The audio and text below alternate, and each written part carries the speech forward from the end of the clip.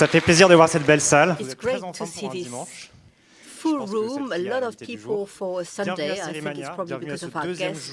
Welcome to the second day of Série MANIA, this wonderful festival of conferences, screening. I'd like to thank the theatre here, Théâtre du Nord. It's a wonderful room to have wonderful meetings with our guests. Je suis rejoint sur scène par Perrine Quenesson, qui va animer la rencontre avec notre invitée, chroniqueuse et journaliste chez Trois Couleurs, with me. le film français, She's a journalist, le film français, Trois Couleurs, Cercle Série, Bib Audio, and others. Mais j'en profite, elle a un très bon podcast, 7e Science. She has a really good podcast, 7e Science, if you want to listen to it. On va être dans un instant par une véritable icône. We will be joined by an iconic star who started her career in the 90s. We've seen her in a few French productions. We've seen her in slashers, thrillers, but I'm not going to stand instead of Perrine. So please welcome very warmly Kelly Rutherford.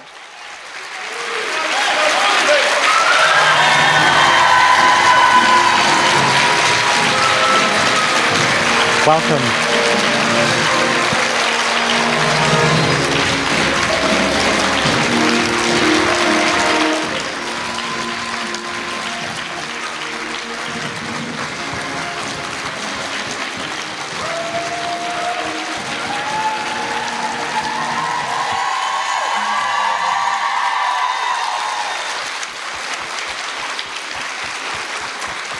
Super, ça commence très bien.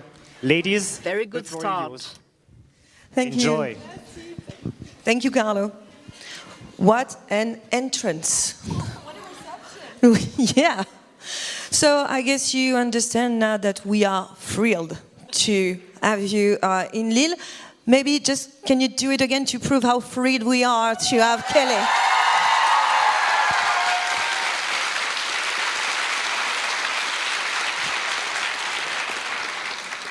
So, Kelly, you are a fashion icon. You are the daytime, nighttime, high-quality soap queen. You are also an influencer, a true influencer. You have more than 2 million followers. Okay, I'm a bit jealous. So what does it mean to be here in front of this amazing crowd and very active crowd? You are very joyful. Because as an actor, you don't often meet your fans. So how does it feel to be here? I feel very blessed to be here, and thank you all for being here. It's beautiful. Thank you.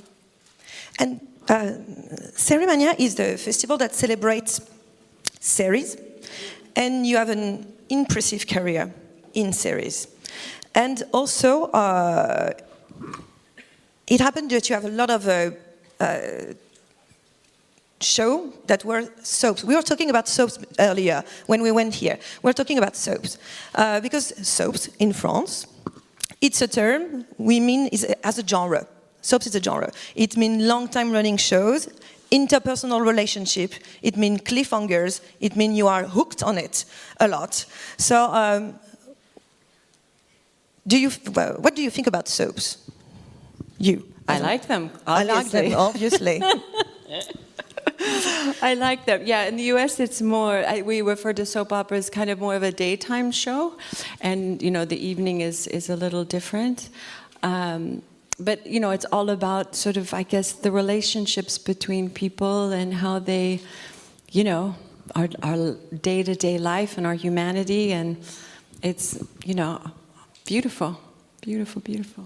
Yeah, I guess to me it's a great genre because it's I think the only genre that really talks about society. It talks about the evolution, the changing in the society. So I think sometimes people say, oh, it's a soap. But no, it's a soap. It's amazing. Is it how you feel and how maybe United States feel about this kind of series?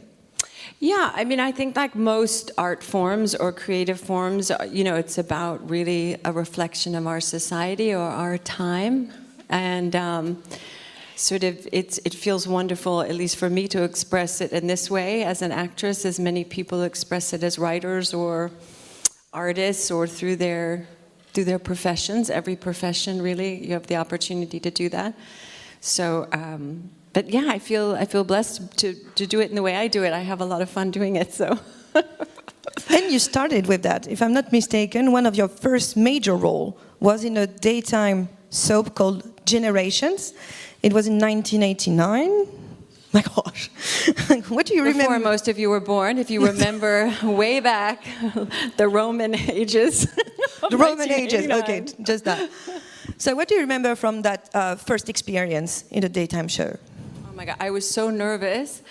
I called my mother and I said, I don't think I can do it. I just don't think I can do it. And she said, just go, stand on your mark and just say your line. Don't worry about it being great or this or that. So that's how it started, was just being able to sort of stand there and do it. And then, you know, you get more and more comfortable. And the really nice thing about a soap opera early in your career or daytime soap is you do a whole script a day, whereas something like Gossip Girl, we do it in 8 days.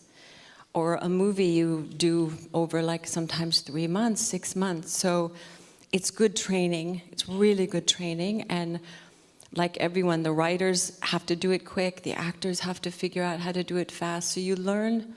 It's like boot camp, really. It really is helpful because there's so many technical things as an actor that you're learning, you know, how to hit your mark and find your light while you're saying your line or while you're engaging with the other person, the actor, while you're taking direction from the director. So there's so many things like that that you don't realize, like with any job, right?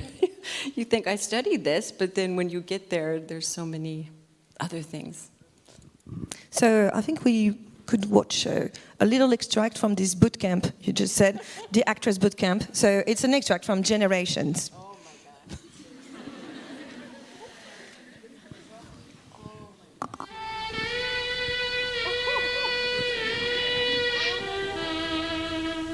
Sam, it's fine with me if you want to stay there all day, but I've got a class to teach. What time is it? It's almost noon. Almost noon? Yeah.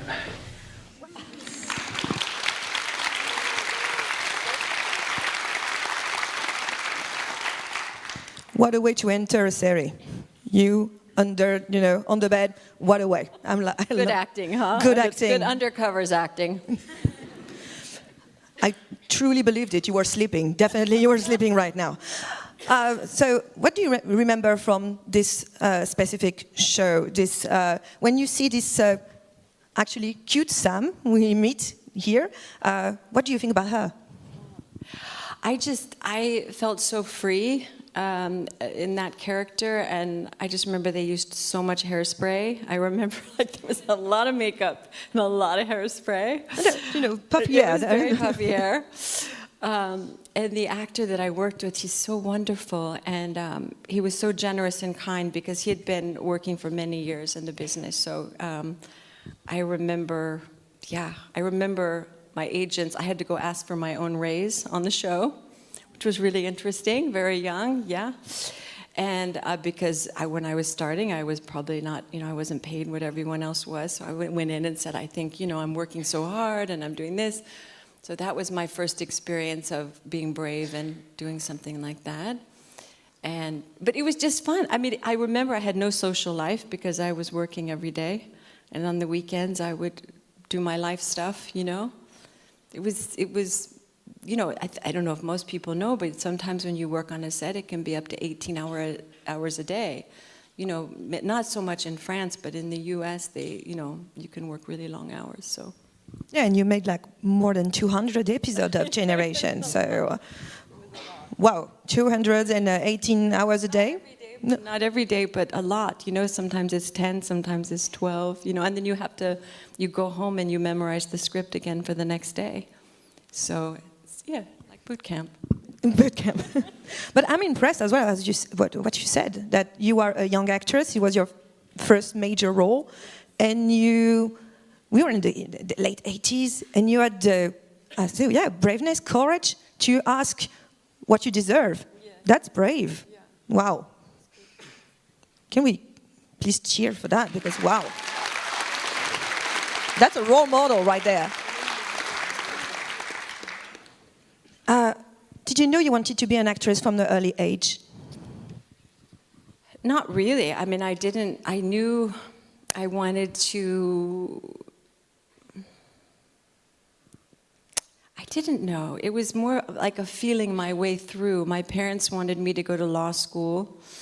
I was interested maybe in journalism because I was always watching people. I've always been sort of fascinated by why we do what we do, like why we wear what we wear, why we act the way we do, why we, you know, people in France are one way, people in the US and people in Germany, you know, everyone is culturally different. And I just found all of that so fascinating. So that's my early memory of what, you know, I used to say my mother and her friends, like, why did she choose this person to be with, or that person, or why does she treat her children that way? I was just very perceptive in those ways. So, and then I decided not to go to college. I decided to pursue acting and take a year off to see if I wanted to do that, because I took an acting class in high school.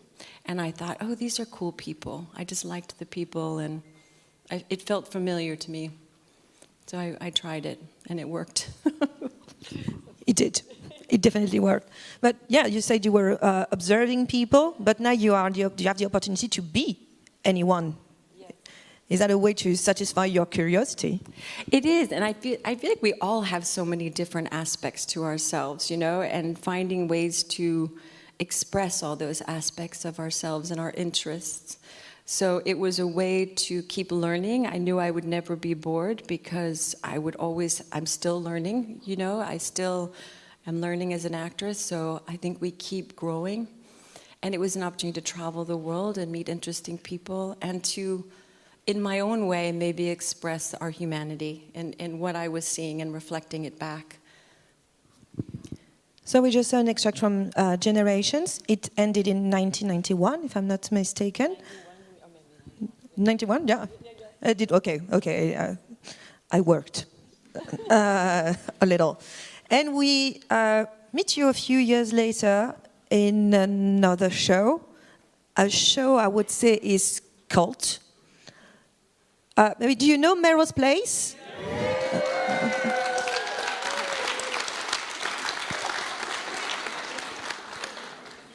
You were Megan Lewis in Melrose Place.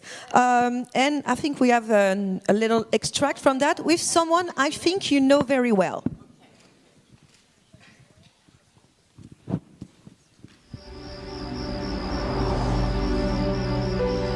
I won't be needing your services any longer. Why? Are you and Michael intimate again? What was he doing here? He followed me. Our deal was very specific. You were to entertain him only at the beach house. Look, there was nothing I could do about this. I hired you to service him in bed, not to become his new best friend.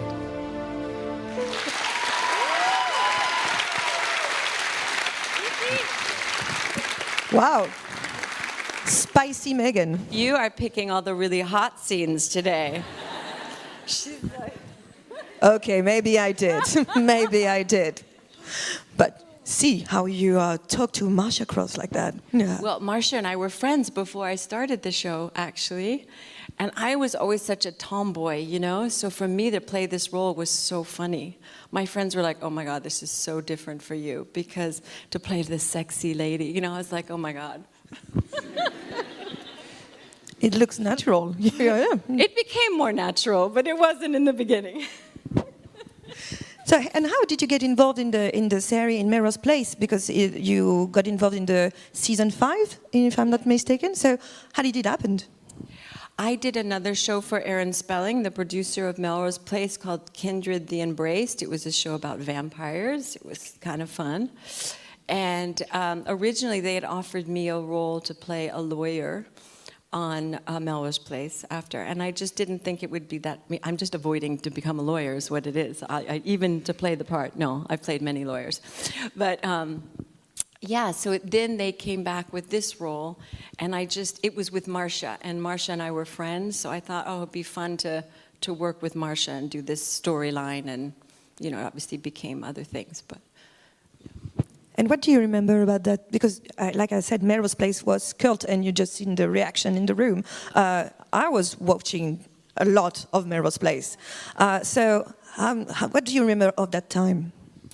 I remember it was one of the first shows that fashion was really a part of the show. It was very important to Aaron Spelling that it be fashionable because it's a visual medium. You know, he felt that it was important that the hair and the clothes and everything, which I thought was smart. And we did a lot of episodes. Today you do what, 6, 8 episodes, maybe 12 episodes.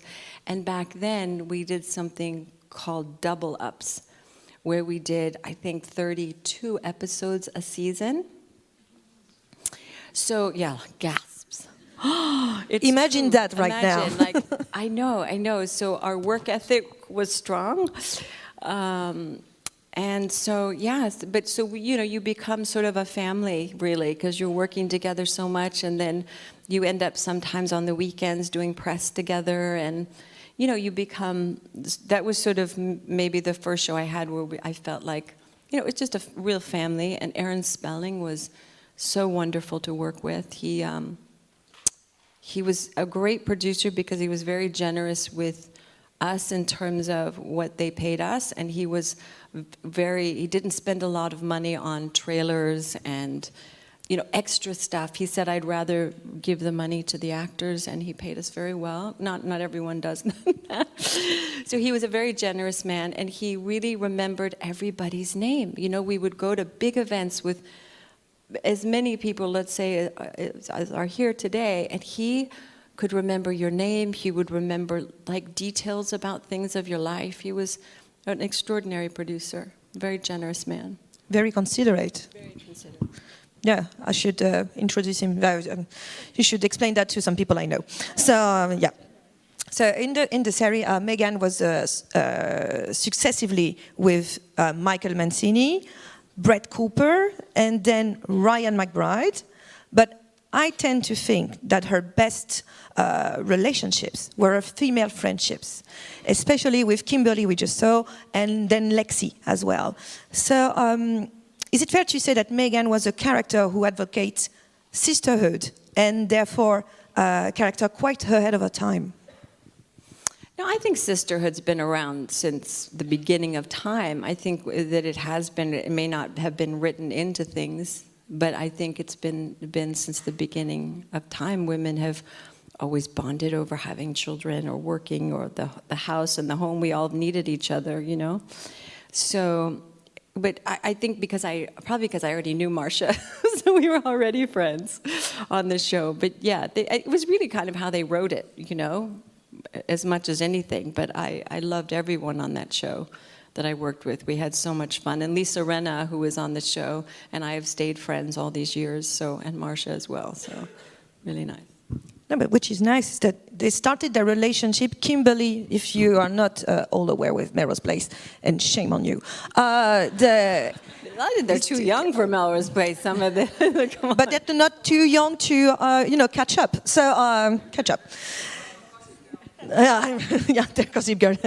But so Kimberly hires you as an escort to have sex with her husband. Yes. And then they become very good friends until the end of Cabaret. So I think that's an amazing storyline, to be honest. So what do you think about this relationship and how they write the female character in Melrose Place? Well, I think it just started out that way, and then you found out she came from a nice family, the character, and she ended up, you know, getting married to Michael and the whole thing. But yeah, it's, you know, we have to start somewhere with these characters, and, you know, kind of the more outrageous the better, especially on these types of shows sometimes. So yeah, I love, you know, I think what happens a lot of times with writers and all of us is they start to write for you, you know what I mean, as you go along and as the relationships develop, and depending on how you do the scenes and, you know, your energy and that in that role, it becomes more your energy. They understand, you know, you better. So yeah, I don't know how they wrote that many episodes. They had to come up with crazy stuff. I mean, I can't imagine being in that writer's room going, oh my gosh, what are we going to come up with next, you know? Yeah, a lot of stuff happened. There was explosions. You were stabbed in one episode. You don't remember? I remember. I was shocked. Yeah. And last year in Série MANIA, we had the pleasure to welcome as a guest Marsha Cross. And she did a very cool masterclass as well with Renan Cros. And during this masterclass, she explained how a series like Melrose Place is not only a series, but it's a cultural phenomenon. I think we should listen to her. I do remember these were different times where there wasn't the internet craze, and you couldn't, so it was really something that brought people together. It was the water cooler moment kind of thing where everybody would talk about it all week, and that made it so fun for the audience because they had to wait. Now we're like this at 2 in the morning. I watch the next one. You can't put it down, right? But then you had to wait. So I think it was a great cultural zeitgeist kind of thing. So, and I love the idea to have 2 amazing actresses from Melrose Place each year in a row. I can't wait for next year. Sorry? I was thinking about Heather. Would be nice. So, as Marsha said, do you think the relationship with audiences has changed with the series because of the internet, because of social medias? Now we don't have the same relationship with series. Yeah, I mean, just how we're watching is different. Like Marsha said, we're just watching it quicker. We can see everything immediately. It goes international a lot immediately. Because even with a Melrose Place, it took a while before it came to Europe, right? And I think a lot of these shows, I mean, do we even need a television anymore? I don't even know. Everybody watches on their iPad, or my kids watch on their phones. I'm like, guys, really, it's better on a bigger screen. Like, you need to get a bigger screen. So, yeah, it's everything. The whole world has changed. I mean, especially since I started, working in the business, for sure. It is. We're consuming things in much shorter quantities.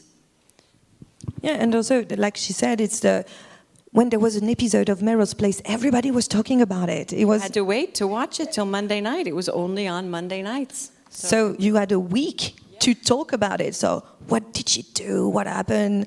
And now, we can binge watch. So it's not exactly the same thing. But I think you were also part of a series. I think one of the last series that has the same impact for me. I think you know this series I'm going to talk about. I hear some Gossip Girl, Gossip Girl. Do you remember Gossip Girl? Yes. Have you watched Gossip Girl? Yes. I will say to train you as a choir, but what is the name of her character in Gossip Girl? Van Der Woodsen. Lily Van Der Woodsen. She's her own person, Lily Van Der Woodsen. So, how did you react when you were offered the role of Lily Van Der Woodsen? I was a new mom, and I remember auditioning for it and bringing my son, who was maybe 3 months old, in a car seat because I didn't have a babysitter. That was kind of a last-minute thing. So I had my friend come with me, and I said, I'm going to bring the baby seat in. Will you just sit next to my son while I go in and read? And I had just gotten out, you can barely shower as a new mother, so I had showered. Wow. Congratulations. Put my hair up like it always is, and just went and literally read off the page because, the thing is, I had met the producers, though, for the OC. So the show that they did about Orange County, so I had met them about that, and then I ended up being offered another show, so I didn't do the OC. And so when I went in to read, we already had known each other, from that experience. So that's how it was. I went in and I read for it, and then we started. My son was 6 months old, so it was, it was really cool. But that's how it happened. That's how it started. The beginning of Lily Van Der Woodsen. Yeah, and Lily is quite a character. Yeah, she's smart. She doesn't give in. She, I think, has a real sense of drama and panache. So I think we should see a scene from Gossip Girl when we see all the panache of Lily. What did you do now? What did I do?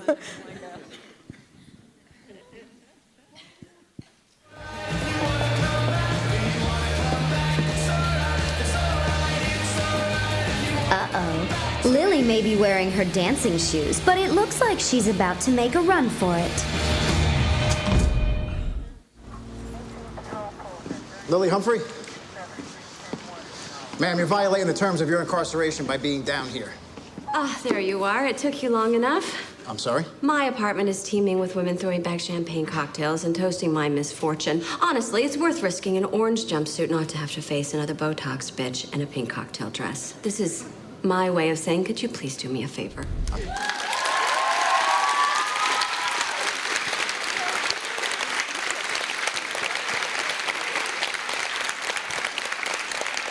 She is so cool. So cool. Yeah, to give a little context, she was under house arrest, and she didn't like how people talked about her, so she decided to shut them up in a very drama way. I really like that. So I guess it's a pleasure to play that kind of character. It was such a gift because, you know, the women that I grew up with were very chic. My mom was very chic, and her friends were like super chic. And I hadn't really seen a mom on television that way, you know, or one that I could relate to and say, oh, wow.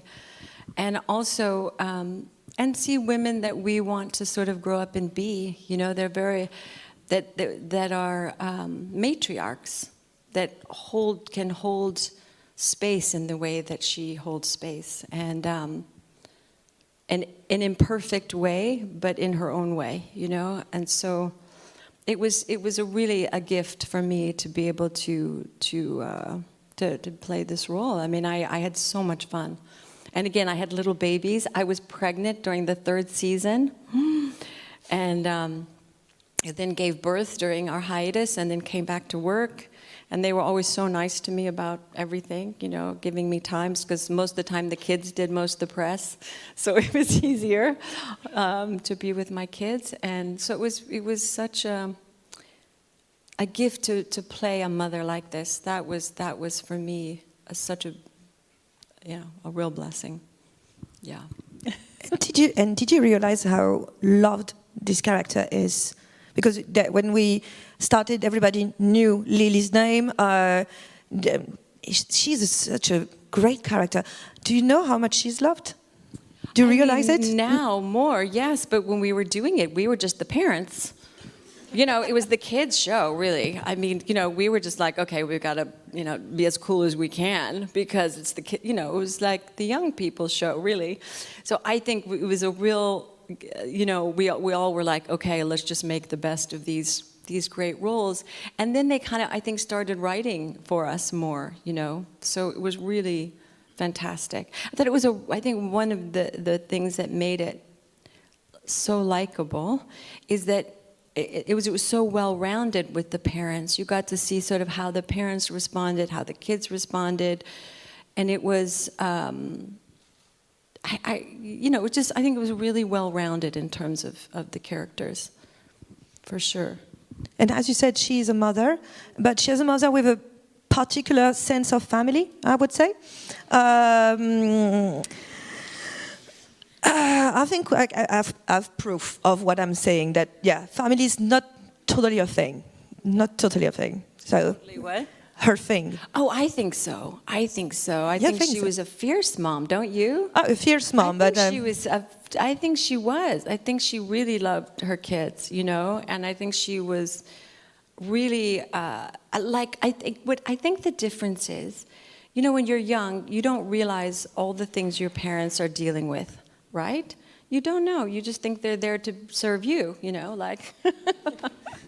Which yes. They are, but they also have their own issues and relationships. They're also making mistakes. They're also trying to figure out things in their life. We all are. We're always continuing to grow and learn and evolve, whether it's through our work or our personal lives. So what was so nice, I think, is that you got to see that it's not perfect and the parents aren't perfect and they're trying to figure out their own relationships and their own life alongside the younger generation. So that's what I thought was so cool about it, is that, you know, parents are still figuring it out too, you know, Instead of, because there's this idea that, you know, we've got, or we assume, we think we have it figured out. And the kids are like the ones, you know? But it's so nice to see that sometimes it's the opposite. Sometimes the kids really have it together and the parents, you know, are going through, you know, their teenage, midlife, whatever. Their own things and their own thing too, yeah. But I mean that Lily is, like we said, smart, cool, fun, great mom, but also she can be very cold at some point. So I have an extract from one of her best moves. Oh, no. You gotta be cool. Okay. Well, in the spirit of the evening, I've decided to serve tonight's meal family style. Mom, this is so unlike you. You hate anything family style. Yes, well, I've since realized how important sharing is to the family dynamic. Us Van Der Woodsens share more than you could possibly imagine. Yeah, like when you used to steal my leg warmers when we were teenagers. Yes, just like that. Or when you stole my husband and decided to have a baby with him behind my back.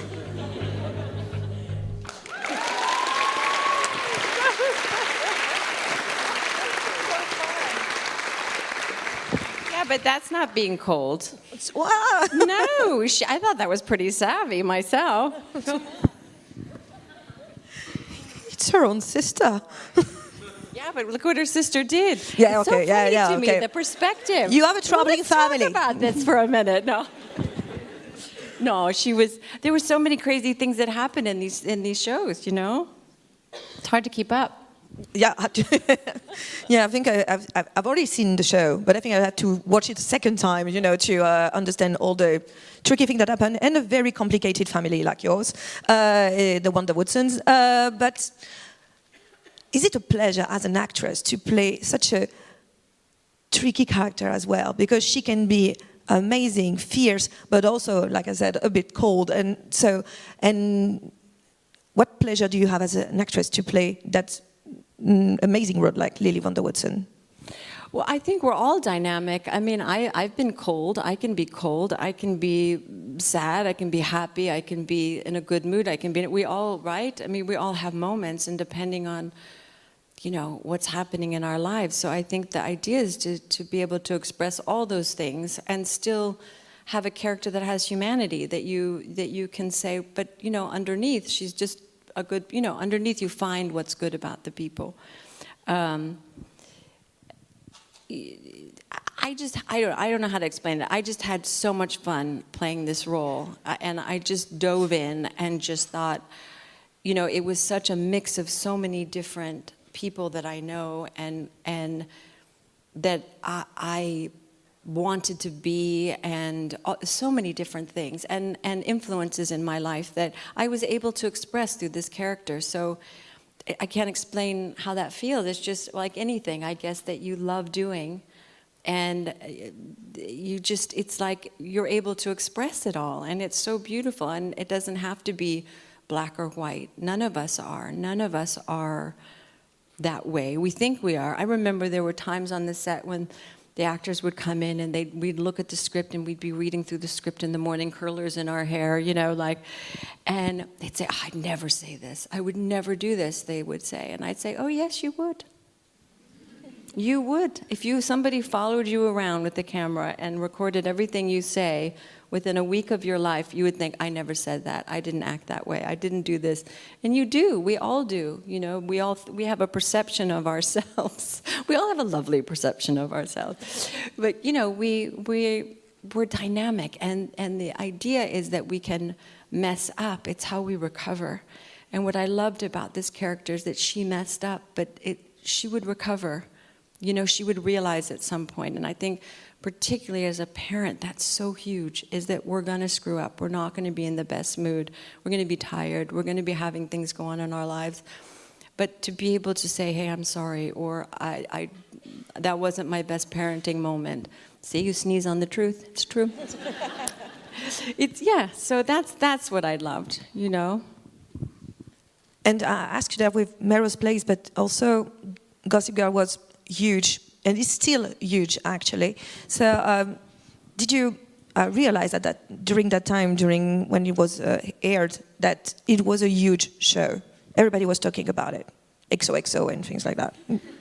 Yeah. Well, I think it was the first show to really deal with social media, too. Yeah. I mean, Instagram wasn't even around until the last season of Gossip Girl. So we were, I remember taking pictures of the cast because we had like 3 more months of filming, so I was using it. I didn't know what to do with Instagram. I was like, what do you do with this thing? So I started taking pictures of the cast sort of behind the scenes and, doing my best to figure out what to do with the platform. So, yeah, what was the question again?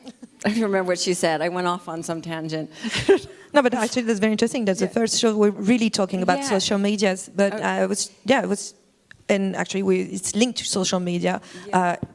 It's a show that was very popular. Everybody was talking about it, and even on social media, there was Facebook already. Yeah. But and it got bigger and bigger. So I think that's why it's still relevant, to be honest. And I think because of the relationships, obviously, it was kind of before this whole super politically correct time. So I think we were a little bit on the edge of that time where we weren't very political in some ways.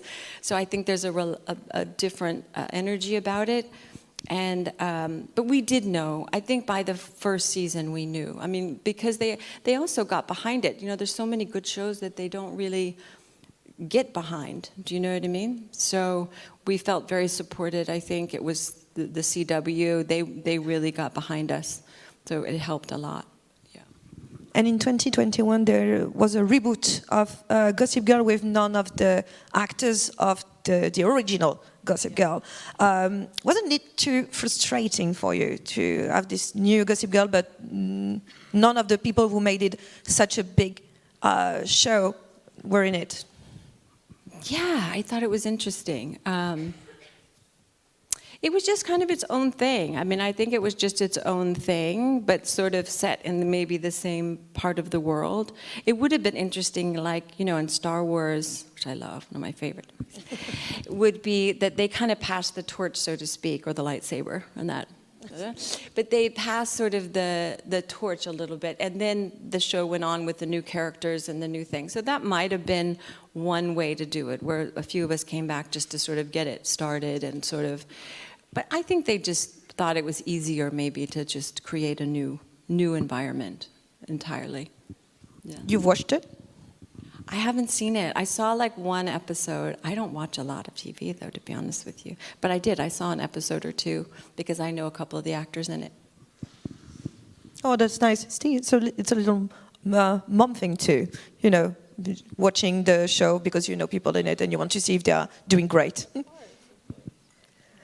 And you were in another reboot, not the Gossip Girl one, but Dynasty.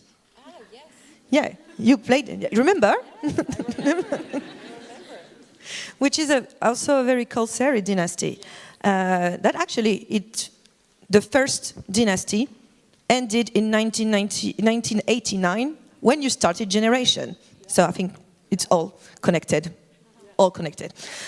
How does it feel to play in the reboot of such a very well-known title as Dynasty?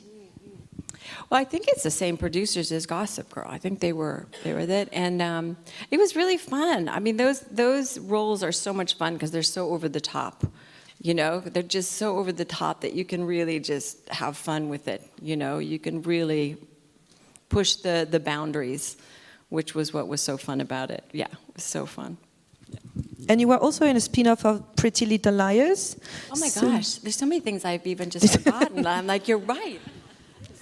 Spin-offs. Oh my God. Yeah, but that's actually, I was thinking... the perfectionists. But is there any drama? If there is a drama worth the name, you have to be in it. If not, it's not a real drama. Okay. Is that correct? Because you are in, Dynasty, Pretty Little Liars, everything. They call you because they know you are royalty for this kind of drama? I don't know, I guess. I mean, I think I just have fun with characters. I love characters, and, I love getting a script and having the opportunity to and obviously depending on what genre it is, you go that direction. But, obviously with shows like this, you can, like with Dynasty. And The Perfectionist, that was interesting too, because it was very different than Gossip Girl or Dynasty. So it was like this mystery, kind mystery of darker genre. edge to it, which was also fun to play. So, yeah. So we have a little extract of Dynasty where you play Melissa Daniels. She's the disillusioned wife of a senator, I would say. So let's take a look. Crystal, darling, I want you to meet Senator Daniels and his lovely wife, Melissa. How do they say in Mexico? Muy bonito. Very good. They also say that in Venezuela, where I'm actually from. Well done, Carrington. But what's integrity when you can have this bracelet? It costs more than the home I grew up in. Well, I'm never going to be anything like that. Well, you probably won't feel that way after my husband's speech tonight. Why is that? Nobody knows this, but Paul is taking a new anti-immigration stance. Build the wall, SB 1070 kind of stuff. Surely for someone like you, that's a hard pill to swallow. Just to support your husband.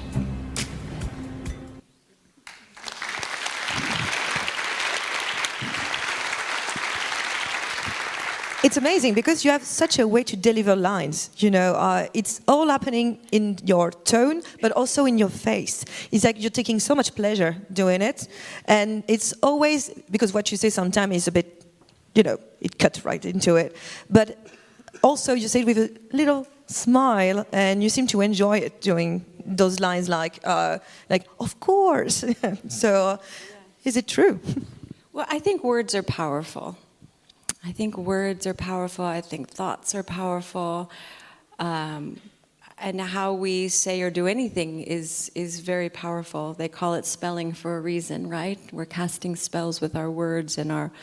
So I think it's very important. And I learned that, you know, just kind of on a spiritual level, but also in our work, it is subtle, you know? I mean, we can have a conversation, and if let's say the direction is one way, the tone will be one way, whereas we could completely do it a different tone, and it would be a completely different scene.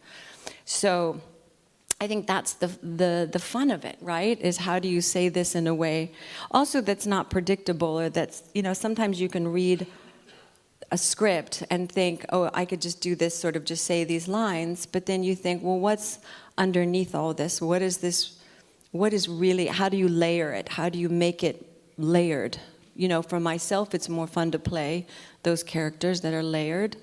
And I think for the audience, it's almost like you're speaking to the audience in a way. Like it's a way in which to do that, where they understand, you know, immediately what's going on.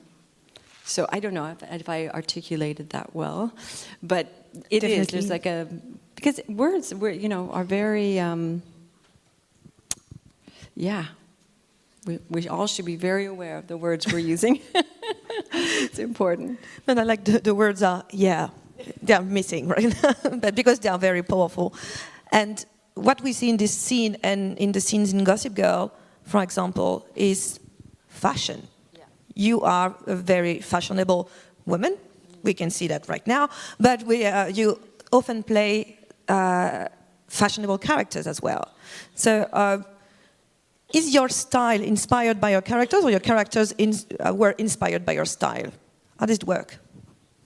Well, I think both. I mean, I've always loved fashion from the time I was young. I used to tear out things from magazines and put them on my wall and sort of create worlds and images and homes and, you know, just worlds, really. And so I think that just sort of went into the acting, and so when I would work with a costume designer, it was important to me that I felt that role. You know, so much of your character and how you are is that you feel that role. And so, like all of us, if we tomorrow changed our look and was in a completely different outfit or a different era or time, you would feel so different, right? So that's what's interesting to me too, is how fashion can, you know, give us a completely different perspective by changing a look that we're wearing, or whether you're wearing sneakers or high heels, or you're, you know, hair up, hair down, whatever. For guys, whatever, it's different, a hoodie versus a suit.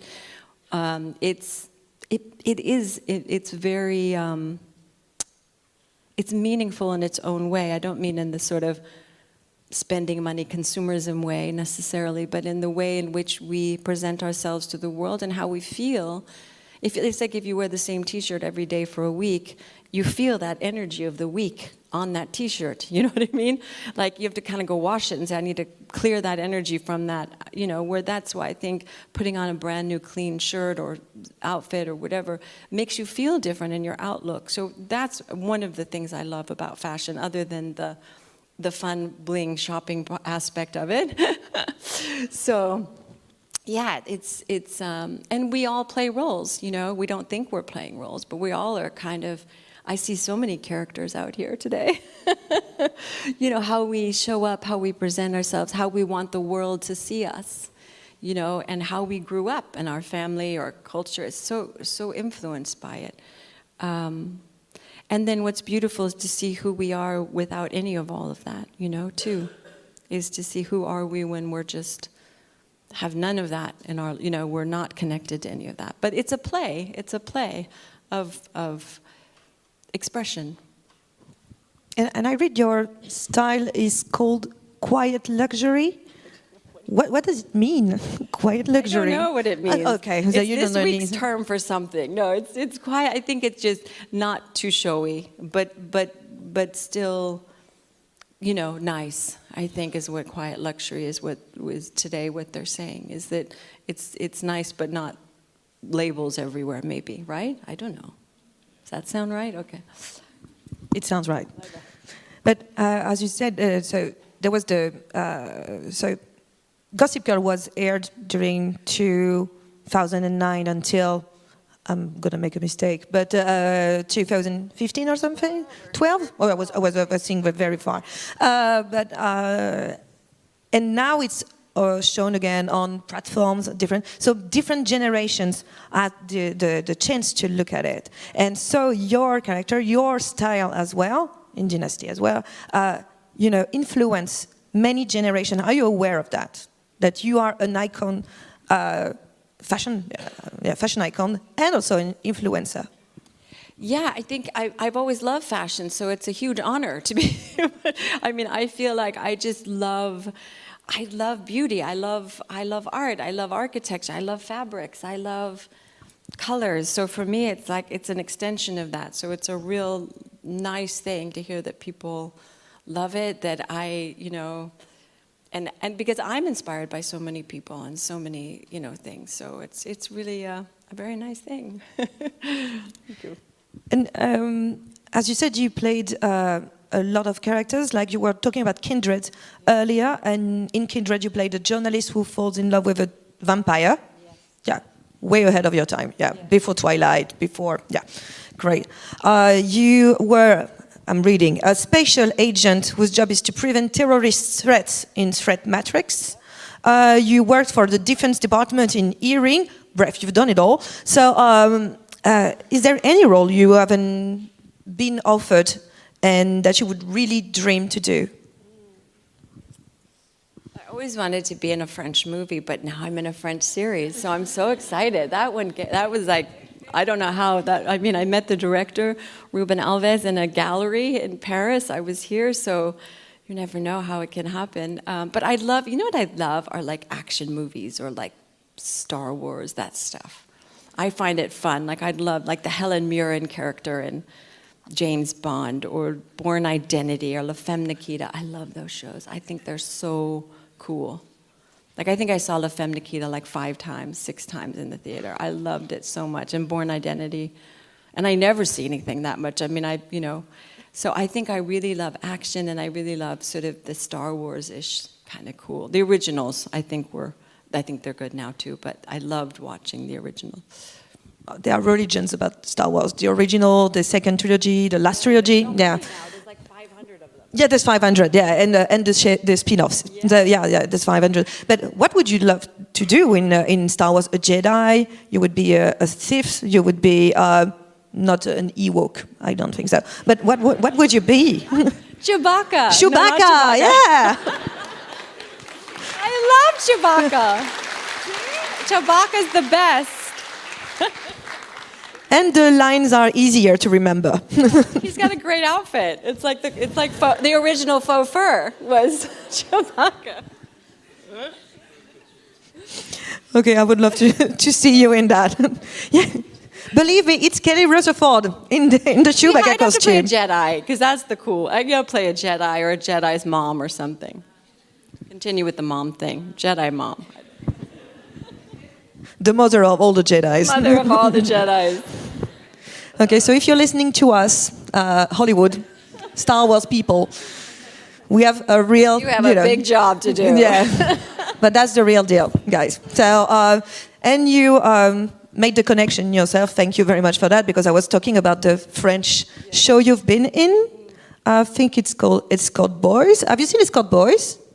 Yes? If you haven't seen it yet, you should.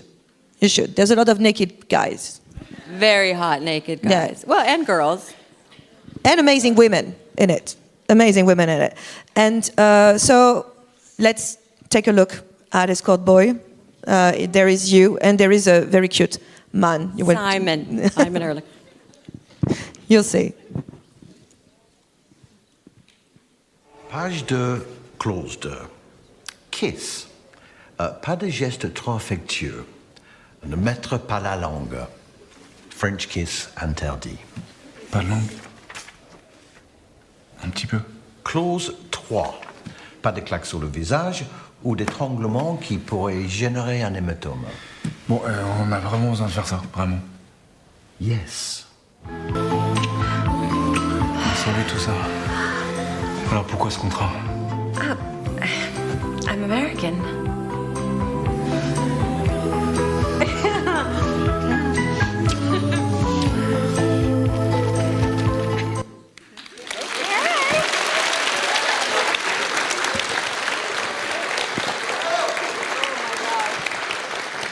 Okay, I admit I've only took sexy scenes. I'm sorry. I admit it now. Oh, he's so cute. Isn't he handsome? Oh my God, so handsome. Yes. It was so fun. It was so fun. But you play a very powerful American businesswoman who asked for the service of this cute French boy. So how did you end up doing a French series? You were talking, you met Ruben in a gallery, but how did you react when you were offered this role? Well, I didn't even see a script. Ruben was so amazing, and I met him, and he told me the story of it, and I thought it was so amazing, because if you watch the whole series, it's such a beautiful series, and what it's saying is so beautiful. And so I just love the concept of it. And yeah, so going to work on the set, I had just gotten the script, and it was like a lot of French and some, English. And so some of it I was going to have to say in legal terms, and I said, we're going to be here for 3 days filming this if we don't. So a few of the lines went to the lawyer, which was actually nice, and then he and I were able to just sort of sit and look at each other, which I thought was kind of nice too. So it was. I grew up watching Catherine Deneuve movies and Brigitte Bardot movies, and Jean Moreau. I love Jean Moreau. So I always watched these films, and I always loved European films, French films, Italian films, all of this. And one of my favorite films is The Double Life of Véronique. I don't know if you have The Double Vie de Véronique. So for me, it was another way to expand, as an actress, and to be able to work over here and enjoy working on a set in France and with such good actors and such a good director and producers. So it was such a gift, And how is it to play in French? Because you have some French lines. I noticed I don't think I said quatre right. I said quatre, and he said quatre. And I was like, wait a minute, I don't think I said it right. Oh. What are you going to do? We have to dub it better. But how do you say it properly? It's quatre. Quatre. Yeah, see? Yeah, now I know. There's the... Quatre. See? Yeah, but I forced it a little. There. Nobody say quatre. Really easy. Yeah. But I love the comparison. They say champagne without bubbles, and they say bread without cheese, which is so French. Yeah. So after this little clip, I have 2 questions. First, is it true? Is there really a French lover effect? Because we see that she's getting like transformed after meeting this beautiful French guy. So is there because we feel like the outside of France there is the idea of the French lover. So do you think it's true?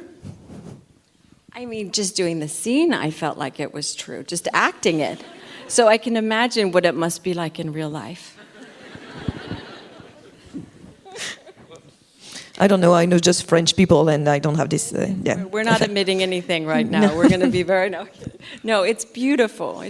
I think so. I think French men are sexy. Like, I don't know. I think French women are beautiful. I think French, it just depends on the person no matter where you are in the world, right? I think it's energy. We're all, but of course, I mean, I think, yeah, I'm going to get myself in trouble. I'm going to start being quiet now. No, but take it all in. Yeah, French women beautiful, French men beautiful. Yeah, take it. And at the end of this scene, there is this joke about what this contract is all about, and you say, "Oh, I'm American." So is that true that American are as procedural as we see in that scene? I think so. I think we're overly so, in general. I think we're very protective in that way, and maybe there's good reason for it. I don't know. But I heard Ruben speaking, the director, earlier about this because he was saying that like now, like on apps and things, how people are much more like, this is how I want, this is this, and they're very like directorial in terms of what they want in terms of relationships or lovemaking or whatever. So I think that, I hope I'm paraphrasing what he said it much more articulately, but there was, that how we are becoming as a society, it's also a reflection of, not just being natural and meeting someone and falling in love and having it be more that way, I think, because of the way things are changing. But for sure in the US, I do think we have a bit more of that in terms of the legal stuff, yeah. And as you said, the série, which is very interesting also, is that it's a série that talks about female pleasure, which is not a very usual topic. And you said in Gossip Girl, you were the kind of mother that have never been seen on screen before. This subject in Escort Boys, is that attracts you to those kind of shows because what they explore as subjects, is that why you pick the roles as well? Oh, for sure. I think it's very important. I mean, when you can work on projects that do express those things, I think it's super important. And look, I'm sure there's so many great mother roles. There's been so many. It's unique when it comes from us as individuals, right? That's how I would express, or the combination of me and those writers express that role, right? So there's so many different ways. And I think the same with this. The show's about so many different things. Yes, it's about female pleasure, but it's not that based, you know what I mean? It's more about like the love between two people. And I think men, today, I find men very healing, and, so, and I find women very, so I think it's like, I think it shows more, it's not so black or white, I think the show really shows that we're all trying, given where we're coming from, living in the society we're in, being told what we're being told, to still find intimacy and still find a connection, with each other. Because, in some ways women are being made out to be this way or men are being made out to be that way. And I think it's really so based on each individual person, and there are people in every society that do things that are not fair or right, and that should be handled, and accordingly. But then there's so many people that I think we've become we're craving intimacy, but we're doing it in such a different way now. So how do you still have the intimacy and pleasure and love and connection in the world in which we're living in? So I think a lot of it's changing the conversations around those things, like even women's empowerment, you know? I mean, to me, in a way, because we keep saying it, we're keeping ourselves disempowered. So I think we need to just acknowledge that we are powerful, and the same with men being healing. I think men are incredibly healing to women. Most, you know, the good ones, like the good women, there are women that are really too, you know? So this is, I'm going to stop talking because I could just literally do a whole, the whole thing on this, because it's just, but what I love about the show is it shows all the different, I don't know how he did it, truly, he's amazing, Ruben, to show all the aspects of this. That we and that we all really know are true, you know, beyond all what's going on around it. Yeah. But I think that's really interesting what you said about female empowerment as well, because I think you, through your roles, through who you are, like what you told us earlier about what you did on Generations, you incarnate this female empowerment. Do you realize that you are this model for that? I think it's more being it than talking about it, and I think it's the thing to realize is that we're all here to shine our light, and so if we can find ways in which to shine our light, and then that's what we're here to do. I think sometimes we forget that we're here to shine our light, and I think in the characters, I just think that I think, okay, she's here to. In what way does this woman do that? And with the knowledge that we're all still learning. But it is, I think we're all becoming Jedis. It's Jedi training. It really is this sort of training of our energy and realizing the energy that we bring into a room. Young women aren't trained to be Jedi women. You know, men aren't trained as young men to be Jedi men. It's like we have to figure it out ourselves, and we have to connect with that aspect of ourselves that is powerful. It doesn't matter how many people talk about it. If, you know, we can all go on all day talking about women's empowerment, but until we embody that with grace and holding space, then it doesn't matter. Like anything we talk about, you know, you see people talking about a million things, but it's important that we embody it and we hold space for others to embody it. You know, it's oh. But I thank made her you. cry. She's like, this woman stopped talking. She's like, I'm not kidding.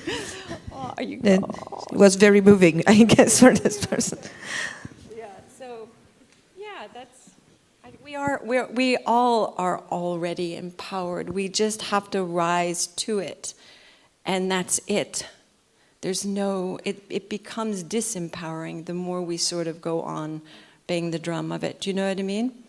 It's important that we embody it and each as individuals, you know, and hold space for everyone else too as well. Thank you for those words. Thank you very much.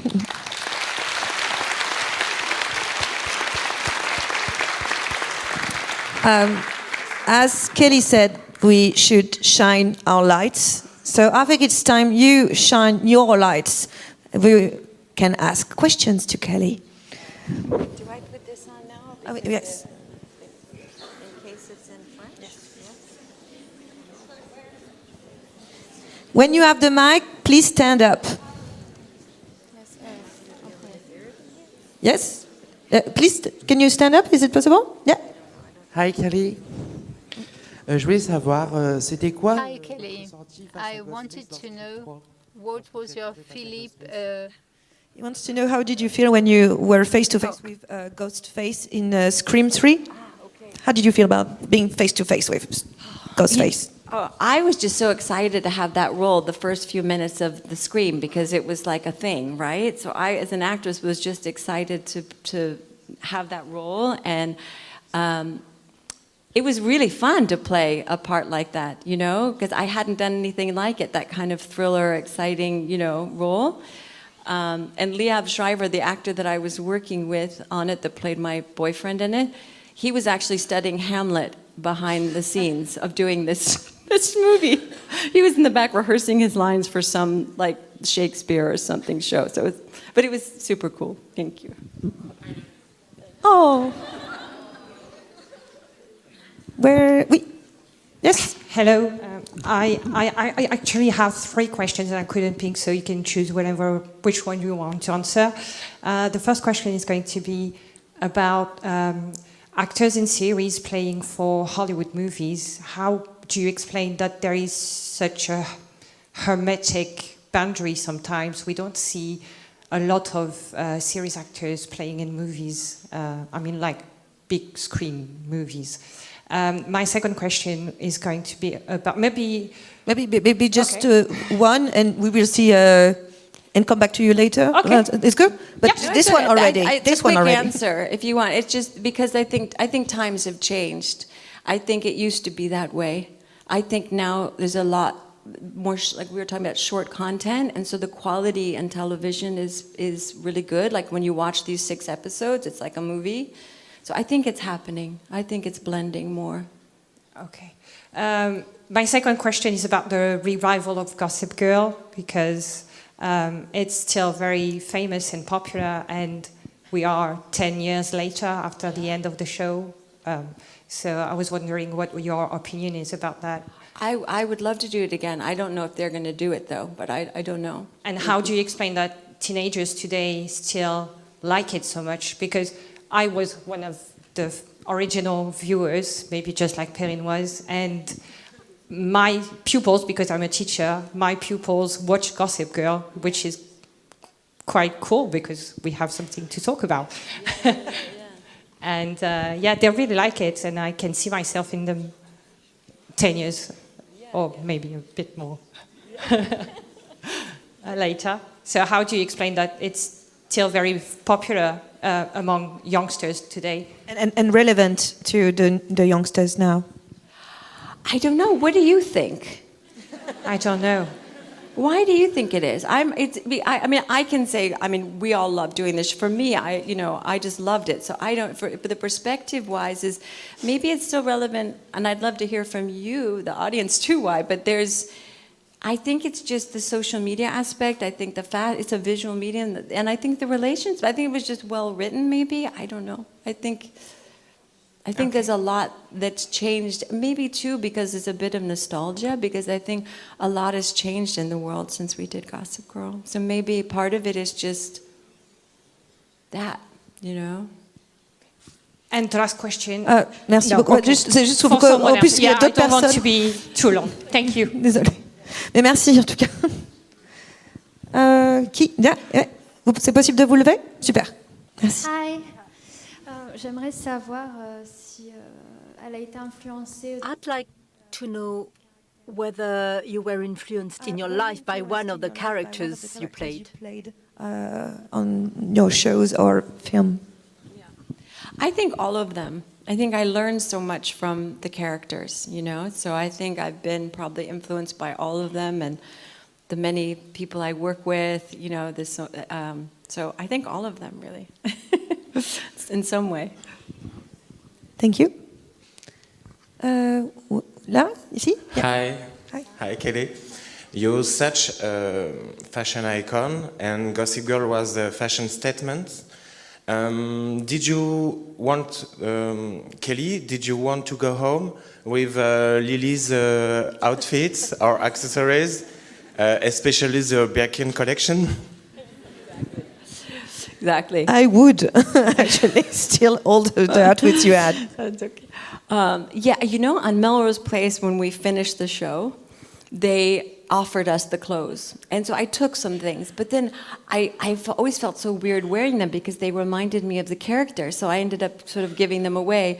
So on Gossip Girl, I didn't take any of the clothes because I just felt like it would remind me, I took like one ring. I think it was even like a Swarovski ring or something that I just liked, and I wore a few times on the show as a memento, But I didn't really, because you feel like the character. But her wardrobe is amazing, though. Yeah. Yes, amazing. I was so jealous. Hi. Who was your favorite husband in the Gossip Girl?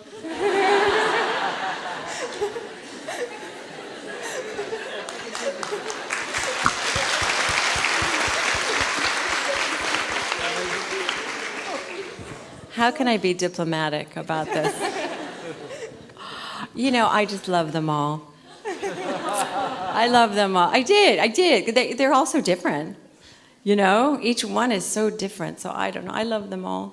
Okay, thank you. Yeah, she's a very good. You should be in diplomacy. You know, yeah. You Politics. Should do, politics, No. definitely. You should. Wait. Hi. Have you got any tips for a young girl who would like to become an actress like me or work in the cinema industry? I think you just have to, like anything, you know, be in it for the long stretch, you know, just know it's going to be what it is and just enjoy all of it anyway. You know, I've had so many different, you've just got to be resilient, not take it too personally, visualize what you want, you know, visualize the roles you want, you'll attract them more, and, you know, maybe even option something. I think today, like what Reese Witherspoon did was so smart with the book club and optioning all those books, because now she owns the intellectual property of a lot, which is how she became one of, you know, who she is today, alongside being an actress. So, you know, you can option a book and then, you know, own the IP to that. So, I don't know, there's so many different ways. And, you know, just get a good team around you and have fun, you know. And sometimes it's nice to have something on the side that you love for income, so that you're not stressed if that's your only form of income, or, you know, it's nice to have something entrepreneurial as well alongside, because it comes and goes, you know, the work. So, yeah. Thank you. I hope you all took notes. Hello, Kelly. Where are you? Yeah. I'm here. Okay.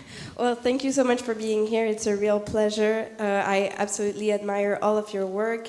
And I love the cinematic industry. And I was wondering maybe if you took interns on any set, or if you have a contact I can send my resume to. Oh my God, I love it. I love it. Yes. Okay, I didn't. Sure. I thought it was a masterclass, but it's a job market. I see. know it's yeah. a job market. Okay, the CVs will be turned in at the end, right? Like all the that's it. Yeah, you just do it like you're doing it now. You just be brave. And what did you study? I had a baccalaureate with the spécialité cinéma, and I really love. I'm doing theater since I'm more than 10 years ago. And, wow. Yeah. What do you want to do? I don't know. I love acting, but I mean, anything in the cinematic industry is... you two need to connect. You girls need to connect and buy a book, an option on a book, and produce it. And then you can call me and I'll act in it. Thank you. I think that's the best. Okay, that sounds like a plan. That sounds like a plan. Yeah. No, I think if you get together with, I have so many friends I know that do this, that get together and they work together to get things made, you know, between all of you, or go make a small film, you know, that doesn't have a huge budget. I mean, that's totally possible now, much more than when I started, you know. But yes, of course, I'll have your resume, whatever. That definitely sounds like a career plan. Ça sera une dernière question, si quelqu'un a une dernière. We'll have one last question. Là, pardon, oui, là. Sorry. Hi, Kelly. So I've got a question. What aspect of being in a successful series like Gossip Girl do you miss the most? I miss the character in a way, you know, and I miss the chemistry between everyone, and it really does become like a family. But I still see everyone. I'm going to Ed's wedding. I'm so excited. Oh my god! Oh my god! He invited me to the wedding. I was like, oh, yes. Okay, it's Gossip Girl right now. So that's the part. Is really, I think that's what I do. But I think, thankfully, I'm in contact with almost everyone and see them still. So, yeah, thank you. Thank you very much. Thank you for your questions. Merci beaucoup. And thank you, Kelly. Thank you. Thank you very much.